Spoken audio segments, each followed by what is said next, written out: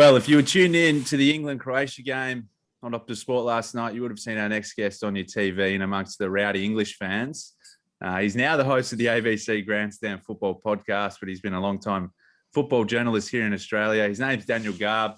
Garby, welcome back to the Shooting Czars podcast. How are you? Oh, mate, I'm battling Stu because I was with the England fans last night, to be honest. And even though I wasn't drinking, I think just sort of via osmosis, I consumed probably a case of beer on my own, just absorbing in the air all that they were drinking. And it was another late night. So I'm battling, mate, but tonight I can have a nice sleep at least. But it was good fun. It was nice to be in that crowd again. So you weren't up on the table singing and dancing when Sterling's goal went in and the victory was secured? Mate, I was with Stephen Taylor and we were hiding in a little like pseudo green room area behind like a black sheet, just staying out of it all. It was mental. Like if you weren't drunk, you would have hated it. But everyone in there was drunk, so they loved it. And they're all English. So they're having the time of their lives. But, you know, we were trying to work. We're getting ready to work anyway. And it was just absolute chaos. But I'll tell you what, it's been a year and a bit since we've seen anything like that in Australia, right, with COVID. So it was great to see it again. It was great to see people partying and loving life and loving football again. And, you know, they were obviously rallying behind their country and their ramps because there were a chance to win it. So watching all of that was amazing. It's great to see those times are coming back, at least here in Sydney, maybe not in Melbourne and some other parts of the world, but over here it feels like it's back to normal now. So that was good to watch. That's good. What about what was the vibe amongst the England fans in terms of, you know, I mean, England, they got the result right, but they didn't play the most beautiful football at the end of the day. What was the vibe amongst the England fans, at least, with how the team set up and how they performed? Mate, they were so drunk, you couldn't get any vibe as in terms of what they actually thought about the game. We tried, Stephen Taylor and I, to do a tactical chat on stage before the game. Yeah. After about 2 questions, we just went, you know what, bugger this. No one could hear anything. They weren't going to shut up. They just wanted to sing their songs. So we thought, you know what, have a good night, and we sat down. So it was hard to get a grasp of what they thought tactically, the England fans. But I'm guessing, considering the way the game went, they would have been thrilled with the opening half an hour or so when they were all over Croatia, and then maybe a little bit worried about the way in which they dropped off and failed to really put them to bed, which they should have done based on the way they started the game. And maybe against a better team, they'll concede a goal and drop a game that they were dominating. So, yeah, I think there'd be a couple of concerns there, but ultimately they're off to a winning start. The first time in 10 attempts at the Euros, England's won their opening game. So that's a fair stat. Yep. And, they'll settle better now. They got their first game out of the way in 3 points. I think they'll work their way into the tournament nicely. I mean, usually teams that have designs on winning it, it's about pacing it. I'm not sure England's got that experience in their squad, but maybe more by accident than by design, it'll work out that way for them and they can build through the tournament. Yeah. What did you make of the opening weekend of the Euros? Obviously, the biggest story is Christian Eriksen, and obviously, thankfully, he's obviously alive and doing better now compared to how things were panning out the other day. But obviously, that's the big story. But what have you made of the start to the tournament thus far, starting with Turkey and Italy on Friday? It's been fantastic. Lots of goals. And I guess the story so far is that the big teams are all winning. We haven't had an upset. Italy won. Belgium won easily. The Netherlands, after being 2-0 up, managed to get one over the Ukraine in what I thought would be an even game. You know, England got the job done. So far, there hasn't been a big team to talk about as a disappointment, which I actually quite like because it sets it up for thrilling knockout games. The big teams all likely to get through in the positions that we predict. We're going to have some awesome matchups in the quarterfinals or so. So for now, I mean, that can all change very quickly, of course. But I guess that's the story at the moment.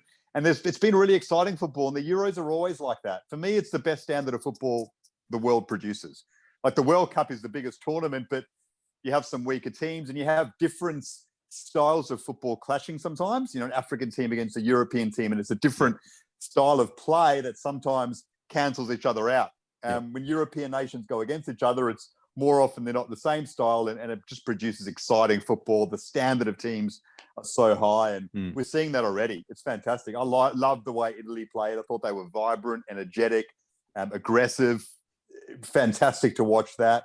And Belgium were dominant, as we hope they would be, because I think we want to see this Belgium generation, you know, try and really have a proper crack and make a big final for once. So all those things are positive so far. Obviously, the one enormous scare, which was Christian Eriksen, but thankfully that's ended up okay in terms of his life. But you dare say his football career is over.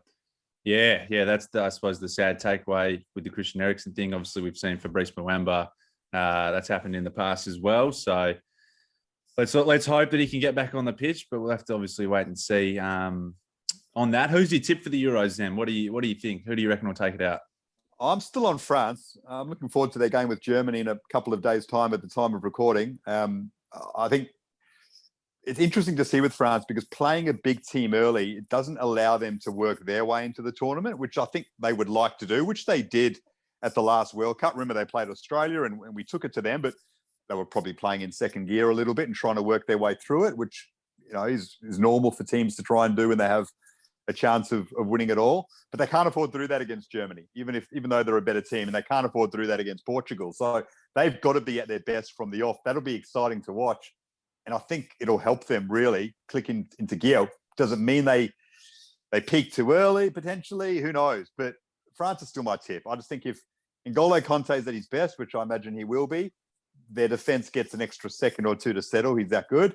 And in Kylian Mbappe, they have the best counter-attacking player in the world, up there with Ronaldo, or in the tournament, up there with Ronaldo, of course. But Mbappe is probably a little bit above him at the moment in terms of form, and obviously because of the age difference. So those two elements together, and then you never mind Griezmann and Pogba and Lloris and all the other players they've got. It's ridiculous. Pavard at right back.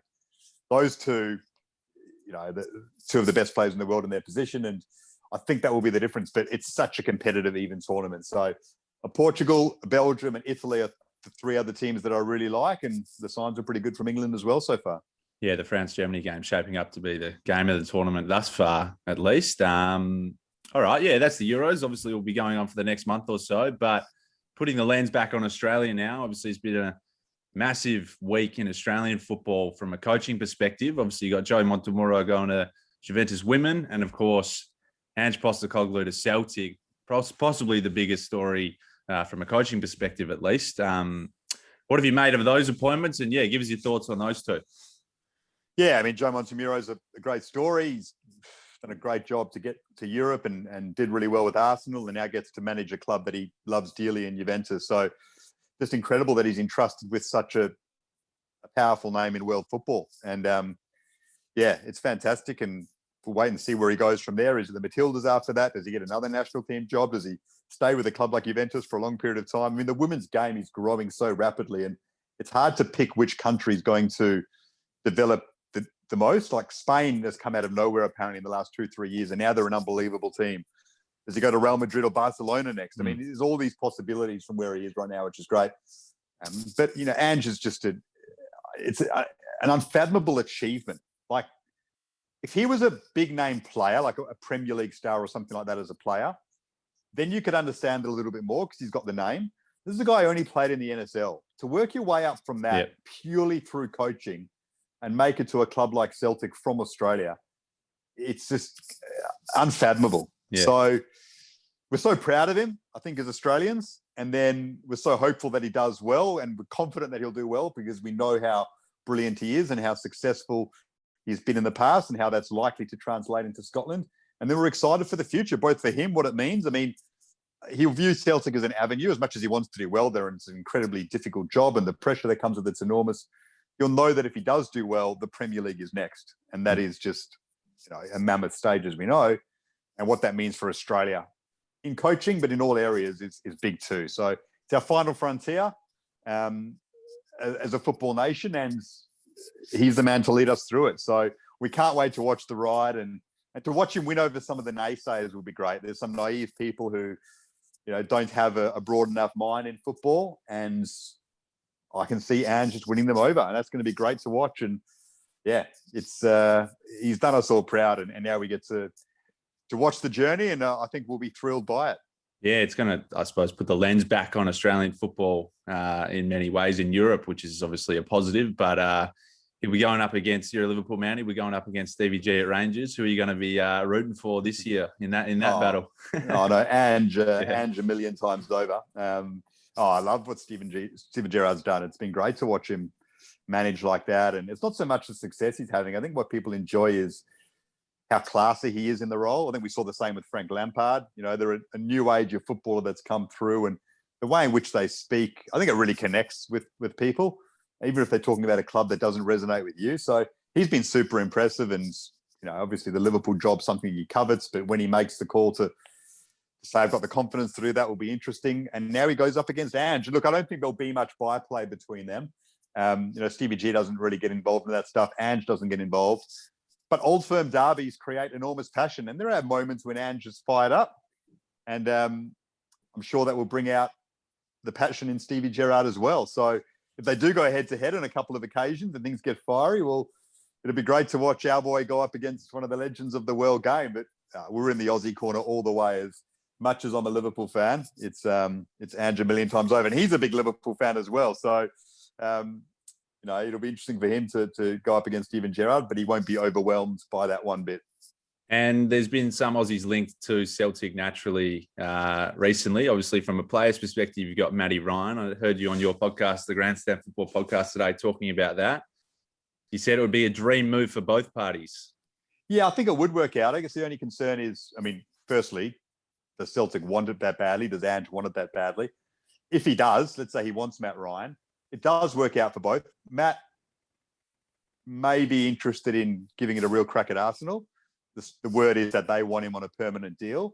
It would be to be the backup to start with, but he closed the gap on Bernd Leno at the end of last season. Yep. So if you're Matt Ryan, you can understand him saying, geez, I love Arsenal. I might not get this chance again. It's the Premier League now. Back myself to start well, and I can be the number one keeper at Arsenal next season. Arteta likes me. He wants me to stay. Very tough call, but then Celtic's also a big club. You're working with Ange. You know you've got full trust of the coach and security, and then you can get the big Premier League move off the back of it. It's a tough call. But I think it's a win-win for Matt either way. But we'd love to see him link up with Ange because, I think it would be a great partnership. And I think the Celtic fans would be happy with that. You know, if Ange can bring someone like Matt Ryan, they'd say, yeah, we'll take that. We'll take Matt Ryan as our number one. That's a boost for us too. Yeah, I suppose from Matt Ryan's perspective, he's an Arsenal fan as well. So he's got a bit to think about in that regard, if there is truth to that. There's been two coaches linked as assistants. Can you provide any clarity on whether the reports linking Kevin Muscat and Ross Aloisi are concrete enough, or do you know anything about that? Yeah, the Muskie one I can't see happening because he played for Rangers, like pure and simple. I just don't see that eventuating. Would Muskie want it to be a number two? Maybe at a club like Celtic, but I can't see it happening. I just can't see the Celtic fans going for that. I don't think I find it extremely risky from Ange in the position he's in already to do that and turn more Celtic fans offside. So I can't see that happening. Ross Aloisi would be an enormous surprise. I don't know if Ange has worked with him much. I think maybe a little bit in the national team. I think he maybe brought Ross into the fold once or twice. So maybe he was impressed by him. And Ross certainly on the touchline in Scotland would fit right in with the fire and brimstone that goes on there. That would be a surprise, but hey, it would be great. I can see him bringing at least one Australian assistant coach with him, probably two, and there'd be a few in the mix. So he's always been happy to bring on big name assistants with him. Ange, he had Ante Milicic as an assistant for a long time with the Socceroos. He doesn't worry about having someone with a big personality. He backs himself in. He's very secure in that regard. So, yeah, it'll be interesting to see who he picks. Yeah, for sure. I guess we'll just have to wait and see on those stories, and that'll all play out over the next week or so. Now, obviously, the A-League Finals is here, and there's been some big results over the weekend. Just give us a quick wrap-up of what's going on. Adelaide have progressed. They'll face Sydney, and Macarthur have surprised, and they're going to take on Melbourne City. Yeah, so, I mean, Tommy Urich won the game for Adelaide, pure and simple. I mean, it was just, that's what finals are like. They can be tight. You need an individual to stand up, especially an attacking player. And Tommy Urich was brilliant. 2 excellent goals. Macarthur just defended so well. Their experience came to the fore against the Mariners, I think, and they just felt really sound at the back, even when they went down to 10 men and took their chance when it was presented. So, look, it's the final series that's so open because of the players that are missing. So you go into these games and you go, well, yeah, Sydney's got an excellent attack still. Lafondra, Bobo, Barbarousis, Bratton. But if Adelaide can hold them out, there are holes in that Sydney defence. They've lost 3 of their defenders, 2 key defenders and a goalkeeper, so 3 players in their defensive setup to the Socceroos. I mean, Tommy Juric is another big game. He can score one or two again. So that also looks like an even game. And Melbourne City are missing Jamie McLaren, Curtis Good, and Connor Metcalf. Like MacArthur sets up well defensively again, grows into the game, starts to gain some confidence. They can pinch one at the other end with Matt Derbyshire. I think they're both really even games on paper. So bring them on; they'll be great.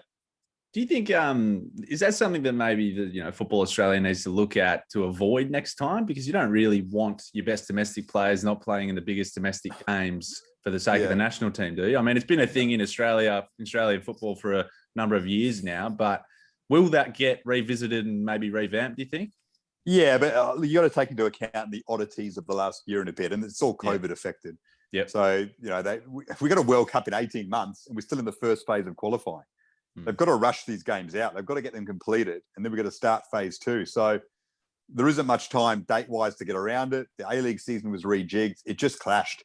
What else can you do? So you just have to cop it this year, as hard as it is for everyone. But it's happened in the past, though. That's the thing. It would not around finals time, though. It's happened in the past in normal games, and I think we'll see a change where, there won't be games played on international breaks, but finals times where it really affects. If you lose a key player for one game in the middle of the season, I mean, okay, you deal with it if you have to. It's not ideal, but finals time's a different ball game. That's not what you want at all. But I think you just have to put it in the COVID basket. We have to suck it up and move on. But you feel for Melbourne City and Sydney, especially Melbourne City, who have been so dominant, to lose the Golden Boot winner and 2 other gun players for the finals. That's not ideal, but just the way it is. So I can't see it happening in a final series again. Yeah. And a question without notice, I guess the A-League broadcast rights have changed hands. What have you made of all that news over the past couple of weeks? Yeah, it's positive. I mean, the free-to-air component of the deal is exciting and can potentially be an accelerator. That we've never had a deal like that. It's unprecedented. Channel 10, main channel, Saturday night, they're investing big money. Great. I guess the question mark is the Paramount aspect of the deal and how many subscribers will they get?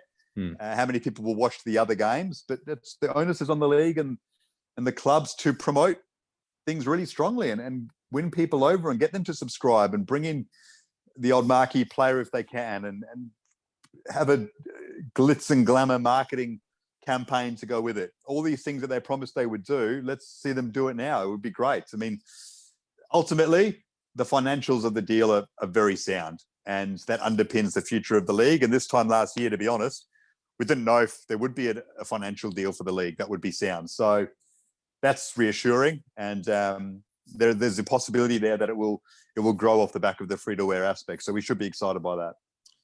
Absolutely. Yeah, it should be an exciting time once it all kicks in next season. All right, just lastly, you revealed a couple of big scoops, or the biggest scoop on your podcast today. Craig Noon is signing for MacArthur. What have you made of that?